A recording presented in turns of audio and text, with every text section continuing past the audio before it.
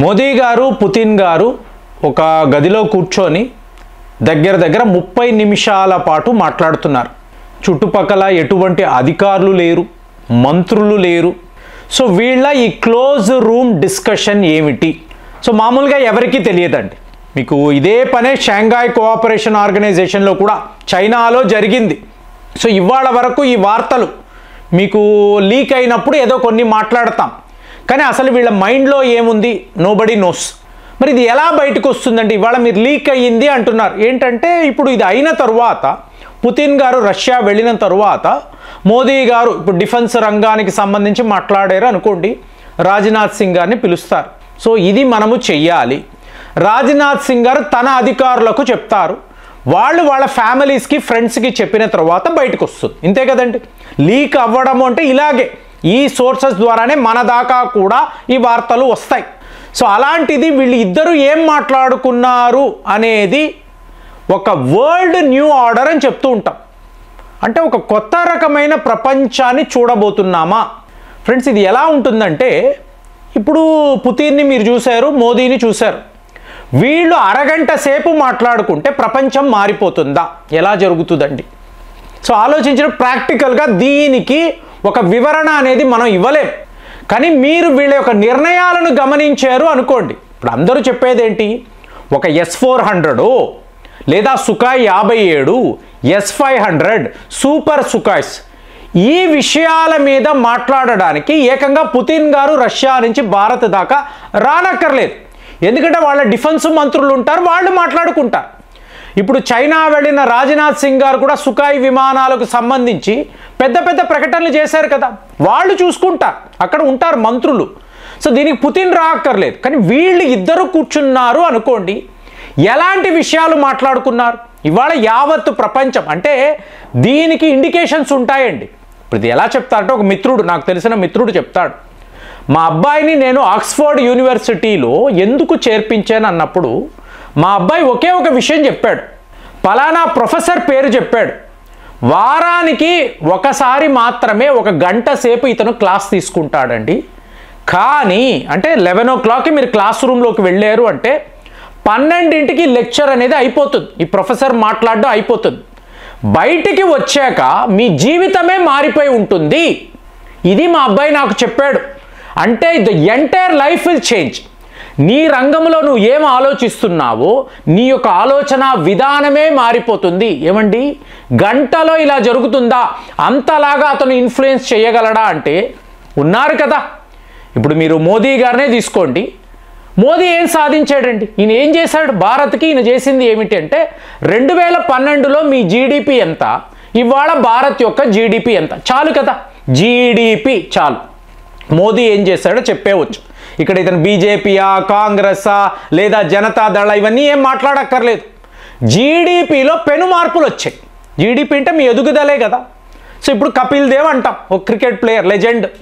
కపిల్ దేవ్ భారత్ యొక్క కెప్టెన్ అయిన తర్వాత ఏం జరిగింది? 1983లో వరల్డ్ కప్ తీసుకొచ్చి ఇచ్చాడు. అంతే కదా కపిల్ దేవ్ చేసింది? భారత్కి ఒక వరల్డ్ కప్ ఇవ్వడం. అంటే నిలబడి ఒక లీడర్ ఏం చేశాడు? కపిల్ దేవ్ని చూసాం. ఇప్పుడు అదే మహేందర్ సింగ్ ధోని అంటాం. మీకేంటి?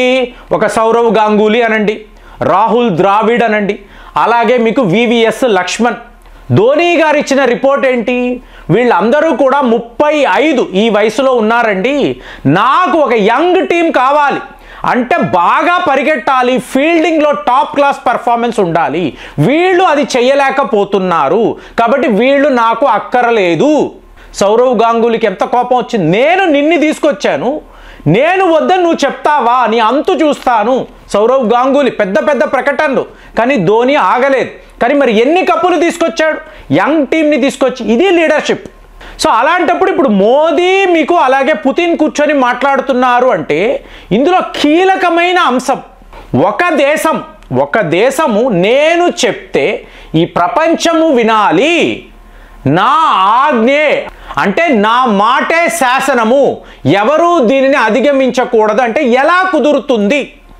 అంటే వాళ్ళు అంకుల్ శామ్ అనబడే డొనాల్డ్ ట్రంప్ గురించి మాట్లాడుతున్నారు. అంటే డొనాల్డ్ ట్రంప్ అంటే అమెరికా చెప్పింది కాబట్టి మీరందరూ వినాలి అంటే ఎలా కుదురుతుంది? మోదీయో పుతినో అలాంటి నాయకులు కాదు కదండి. నా దేశము ఇందులో ఉన్నతిని సాధిస్తుంది, అభివృద్ధిని సాధిస్తుంది, నువ్వు ఎవడురా కాదు అనడానికి అడుగుతాం కదా. సో ఈ డిస్కషన్ మీరు చూసారనుకోండి, దీన్నే మనము న్యూ వరల్డ్ ఆర్డర్ అంటే ఒక కొత్త స్ట్రక్చర్ను వీళ్ళు క్రియేట్ చేస్తున్నారు. దీన్ని మీరు చూసారనుకోండి, ఎలా కుదురుతుంది? అమెరికా డామినేషన్ని మీరు ఎలా తిప్పి కొట్టగలరండి? ఎలా కుదురుతుంది? ఎందుకంటే ఇన్నేళ్ల పాటు మొదటి ప్రపంచ యుద్ధము, రెండవ ప్రపంచం, దాని తరువాత ప్రపంచాన్ని అమెరికానే కదా పాలిస్తుంది, అంతే కదా. అమెరికాను మించి ఎవరు ఏం చేయలేరు కదా. ఇది ఎలా జరుగుతుంది? ఈ ప్రాసెస్ ఎలా జరుగుతుంది? మీరు నేను ఆలోచించవచ్చు. ఒక మోదీయో పుతినో ఆలోచించినప్పుడు వీళ్ళ మైండ్ సెట్ వేరేలా ఉంటుందండి, పాలకులు కదా. సో మీకు ఒక దేశం యొక్క అతి ముఖ్యమైన నాయకులు. సో వీళ్ళు ఏమో ఆలోచిస్తున్నారు, ఒక్క డాలర్ని పెట్టుకొని అమెరికా ఇవాళ ప్రపంచాన్ని శాసిస్తుంది. గ్లోబల్ కరెన్సీ అంటారు. అలాగే బంగారం అంటే మీకు బంగారానికి సంబంధించిన బాండ్లు, ఇదంతా కూడా అమెరికా డాలర్ మీదే కదా ఆధారపడి ఉంది. సో దాన్ని పెట్టుకునే కదా వాళ్ళు మనల్ని బెదిరిస్తున్నారు. ఇవాళ రష్యా ఇష్యూ ఏంటండి? అమెరికా వాడు ఇచ్చిన పీస్ డీల్, ఇది పుతినే చెప్పొచ్చు, కానీ అమెరికా వాడు ఎండార్స్ చెయ్యాలి, వాడు సర్టిఫై చేయాలి, వాడు జెలెన్స్కీకి చెప్పాలి, ఒరే యుద్ధాన్ని ఆపేయి నేను చెప్తున్నాను. సో ఇది వాళ్ళు చెప్పాలి అంటే అమెరికా వాడు మీకు ఆర్డర్స్ అనేవి ఇవ్వాలి. మరి భారత్కి కూడా ఇదే సమస్య. నిన్న కూడా మాట్లాడాం, ఏవండి ఒక అమెరికా అధ్యక్షుడు మన బియ్యము రైస్ ఎక్స్పోర్ట్స్ గురించి మాట్లాడుతున్నాడు అంటే ఎన్ని పనులు ఉంటాయండి? ఒక నాయకుడికి ఎన్ని పనులు ఉంటాయి? అతను భారత్ నుంచి వచ్చే బియ్యము గురించి మాట్లాడుతున్నాడు అంటే మన మీద ఎంత కక్ష ఉందో చూడండి, ఎంత కోపము ఎంత ద్వేషము ఉందో చూడండి. అలాంటప్పుడు ఇప్పుడు మోదీ పుతిన్ గారికి చెప్తున్నాడు, ఏంటండి మమ్మల్ని ఎందుకు టార్గెట్ చేస్తున్నట్టే? నన్ను కూడా అదే చేస్తున్నాడు కదా. ట్రంప్ లేడు, మరి జో బైడెన్ ఇదే చేశాడు కదా. నాటో అన్నాడు, యూరోప్ యూనియన్ అన్నాడు, నా మీద శాంక్షన్స్, ఇదంతా అమెరికా వాడు చేసిన పనే కదా. కాబట్టి మనము ఏం చేయాలి? నువ్వు నేను ఏం చెయ్యాలి? ఈ డాలర్ అనేది లేకుండా చెయ్యాలి. ఇప్పుడు మీరు చెన్నై నుంచి వ్లాడివోస్టాక్ ఒక షిప్ రూట్ చూశారు అనుకోండి, అక్కడ ఎక్కడా కూడా ఈ వెస్టర్న్ ఇన్ఫ్లుయెన్స్ అనేది ఉండదు. కానీ వీడు ఏం చేస్తాడు? ఆ షిప్ యొక్క మార్గం, ఏ షిప్ని మీరు వాడుతున్నారు, దానికి ఉండాల్సిన ఇన్సూరెన్స్ ఏమిటి, లాజిస్టిక్స్ ఏమిటి, ఇది కదా. సో ఇదంతా కూడా అమెరికా వాడు తన గ్రిప్పులో పెట్టుకొని మనల్ని బెదిరించడం. అంటే మీరు డాలర్ అనే ప్రక్రియ లేకుండా చెయ్యగలిగితే, ఆల్రెడీ చేస్తున్నాము కదా. సో ఇప్పుడు ఇన్సూరెన్స్, ఈ షిప్పులు, మీకు లిటరల్గా చెప్తున్నాను, భారత్ 80 లక్షల కోట్లు ఇవాళ ఓన్లీ ఎనర్జీ సెక్టార్ అంటే మీరు పోర్ట్స్ అనండి, షిప్స్ అనండి, షిప్ బిల్డింగ్ అనండి, అలాగే మీకు ఇలాగ లాజిస్టిక్స్, ఇన్సూరెన్స్. ఇక మీదట మేము ఏ దేశం మీద ఆధారపడం. ఎందుకంటే మీకు వెస్ట్ యొక్క మోనోపోలి అండి, వాళ్ళని మించి మీరు ఆ ఓడలు అనేవి తెచ్చుకోలేరు. వాళ్ళే ఇన్సూరెన్స్ అంటారు, వాళ్ళే లాజిస్టిక్స్ అంటారు, అంటే ఫ్రైట్ ఇవన్నీ ఉంటాయి. సో దీనిని ఫర్ ద ఫస్ట్ టైం మనం బ్రేక్ చెయ్యాలి. దీన్నే మ్యారీటైమ్ అమృత్ కాల్ అని ఒక పేరు పెట్టాం, మిషన్ అమృత్ కాల్. ఇందులో ఇదే చెయ్యాలి. రేపు అమెరికా వెస్టర్న్ దేశాలు భారత్నో రష్యానో అడగకూడదు. మా దేశము మా వ్యాపారం, మా ఎనర్జీ సెక్టార్, అంతే కదా. సో ఇది ఒక కీలకమైన నిర్ణయం. అంటే ఏంటి? డాలర్ లేని ప్రపంచాన్ని మనము చూడాలి అనేదే వీళ్ళ ఇద్దరి మధ్య వచ్చిన అతి ముఖ్యమైన ఒక డిస్కషన్. దీనికి కొత్త మ్యారీటైమ్ రూట్ వేసుకోండి, కొత్త మ్యాప్ వేయండి, దాని ప్రకారం చేసుకుంటూ వెళదాం. ఇందులో ఏమిటి? మీకు న్యూక్లియర్ ఎనర్జీకి సంబంధించిన కీలకమైన నిర్ణయాలు, వ్లాడివోస్టాక్ టు చెన్నై, ఇందులో మీకు ఇలా రియాక్టర్స్ ఉంటాయి, అలాగే మీకు దానికి న్యూక్లియర్ ఫ్యూయల్ ఉంటుంది, అలాగే మాడ్యూల్స్ ఉంటాయి, రియాక్టర్ మాడ్యూల్స్. వీటినంతా రష్యా నుంచి భారత్ దాకా తెచ్చుకోవాలి. ఇది రెండవ నిర్ణయం.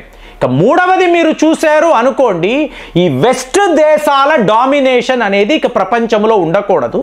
దీనికి మనం చైనాను వాడుకోవాలి. చైనాకు బద్ధ శత్రువు ఎవరు? మీకు భారత్, అలాగే రష్యా కూడా. కానీ చైనా ఇవాళ మనకు కీలకము.